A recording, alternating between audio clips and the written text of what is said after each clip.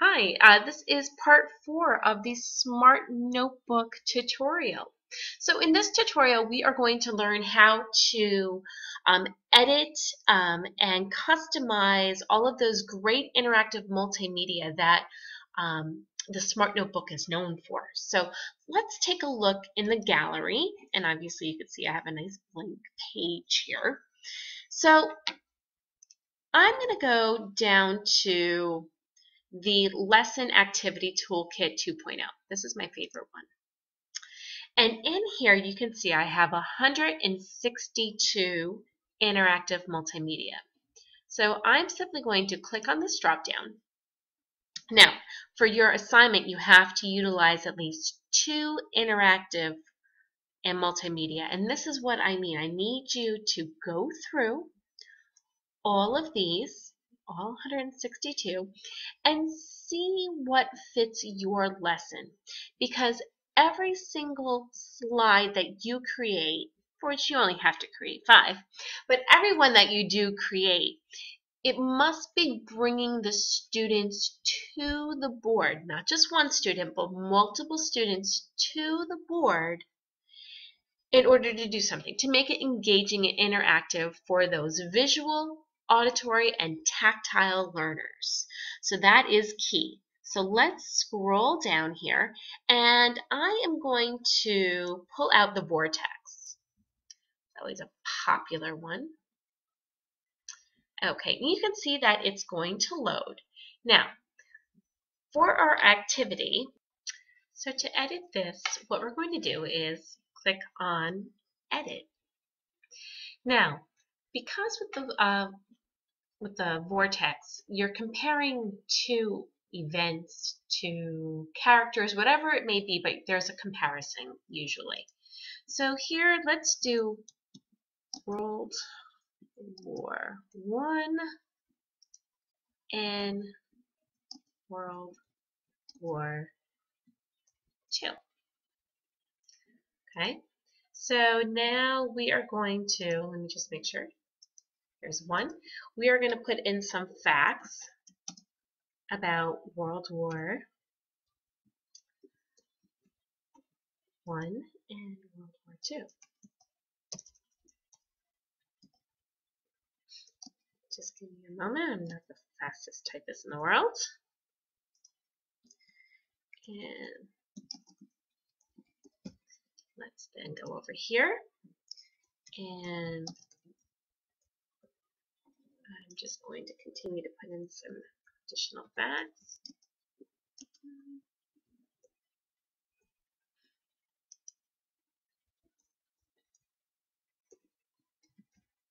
Okay, now you could, if you wanted to, you can see by clicking on this drop down, I could, if this wasn't something that happened in World War II, I could say World War I. So I'm going to click on Rotate Vortices, and I'm going to say OK.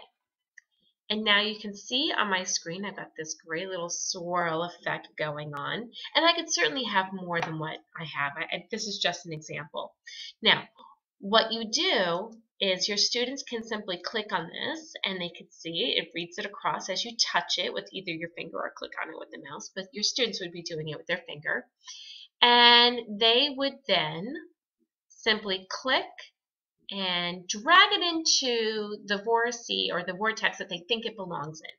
Now, if it's correct, you see it kind of sucks it in, but let's do one that's wrong. And it kicks it back. So I'm going to go ahead and put all of the correct information in so you can see what happens. And at the end, we get a nice little T-chart here. So, and this could be printed out if you wanted to, but then the students get immediate feedback. So you can have multiple students coming to the board to complete this activity. You can reset it if you want to use this for another class, so it works out very nicely. So very easy and very popular. I am going to click and I'm going to scroll down. Now also you see vortices with image. This is a great one for maybe our non-readers or emergent readers. here I can, let's see, I can select the number of images that I want. I'm just going to do 2 for, no, I don't want to do 2. Let's do 4. Sorry about that. 4. And maybe we'll do living, non-living. Okay, we'll rotate the vortices. And here what we're going to do is we are going to drag in images. So again, what I'm going to do is I'm going to go into my gallery and I'm going to type that word dog once again. And I'm going to find a picture of a dog, and there's our little wiener dog. We're going to put him into living. And we might as well find that bird again that we used.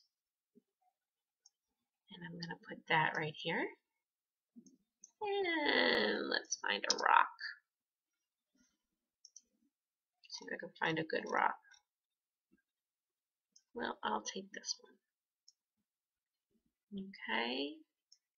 And last but not least, okay, I'm sorry about that. Let's just type in house. Picture, and I guess we could just find one that we like. Let's just take this one. So it could be anything you want. And then simply click OK. So now we have images instead of words. Very easy to do, just looking for the edit button. Now, a couple of other things. Let's go back. I'm going to start a new page. I'm going to go back to Lesson Activity Toolkit. Other things that I would like you to do is to simply pull out some of these activities and play around with them, because what you see isn't always what you think it is. For instance, this one is a map. I'm going to go to Edit,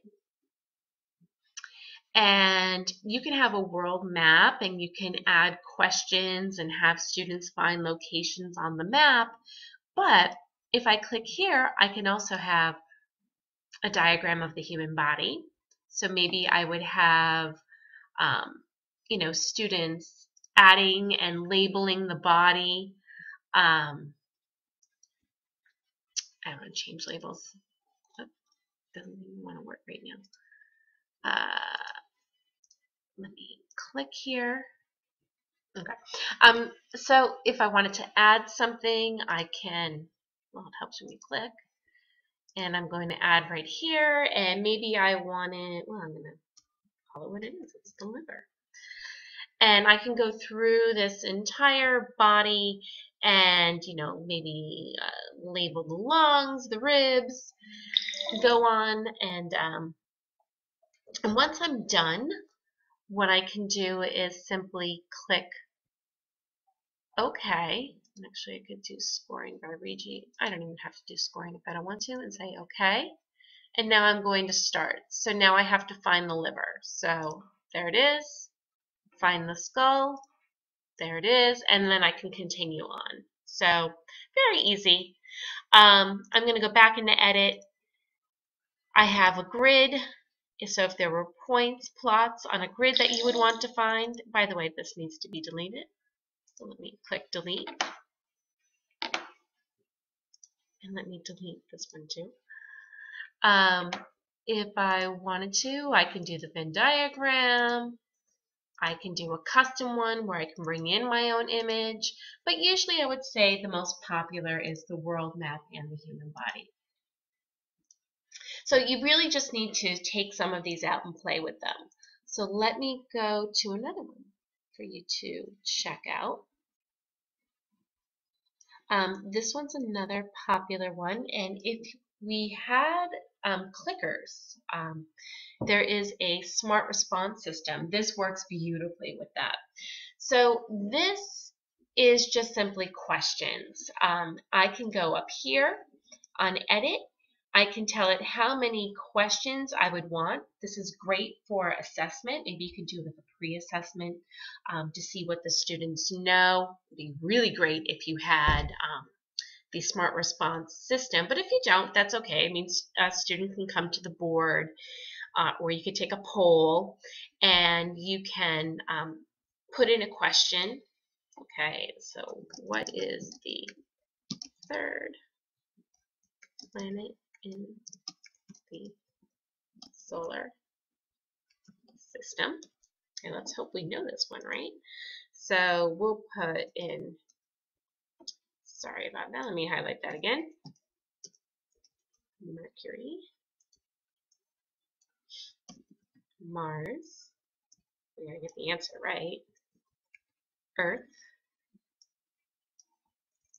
and Venus. So we know it's got to be one of those inner planets. So the correct answer, we have to tell it, is B. And we would just continue on with additional questions. And then we'll just simply say, okay. And then let's get the answer wrong. You can see it puts an X there, but let's get it right and it puts a check. And then it would move on to the next question. So very simple and easy to do. Let's edit just a couple more of these because I think you get the picture.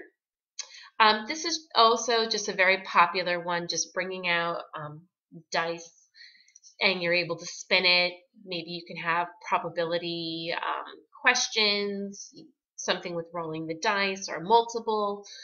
So that's very popular. Another one also that is a pretty popular one is adding images to the dice. Now, if I want to, I could add an image here by clicking on the double arrows. That also means edit. I can, I'm just going to keep with our theme. I can add images if I wanted to, and then just fill the whole thing up. And again, this could just be something fun. It doesn't have to be birds. It just happen to be here, and so I'm just dragging them in to show you how easy it is. You could set a no repeat if you'd like. Once you're all done, just start spinning it. I will tell you, because I know that you saw that image, it's sometimes, for whatever reason, it does act up a little bit, some of these images. You could just simply replace that if you wanted to with something bigger, an image to drag over that image, but you know, certainly if you had it in your, I would never take off for something like this if I saw that. I do know that Smart Notebook is not 100% bug free, that's for sure. So, all right, let's go back into the gallery, new, and I think you're getting this. It's just a matter of you sitting down and playing with some of these activities that the students just love. Here is great for vocabulary. I go to edit. They have to, I'm just going to do this one, soccer, Mercury, verse, in the solar system. So here's a clue, okay? And it could be a soccer theme, a basketball theme, or a tomato splat theme, whatever you prefer. I'm just simply going to say okay, and this is just really cute. You know, I can guess it missed. Okay, I'll do another one, not correct. C I'm clicking on, I got the C, and now I can buy a letter if I want to, get a clue, first planet in the solar system, and then your students should be able to guess what the word is. So it's kind of like Hangman in a way. But just a fun way to engage with the material. So, all right. I think the rest you can pretty much take yourself through. This is a timeline. So for history, this is a really great interactive where I can go to edit and have points on a timeline with a date and a description of what happened. So you can have, you know, 4, 5, whatever you choose, and then the students can come up and you would have a fact about that particular date or whatever. So something simple, but again, engaging. All right, so I think you understand a little bit about the interactive multimedia. There's also some in Gallery Essentials.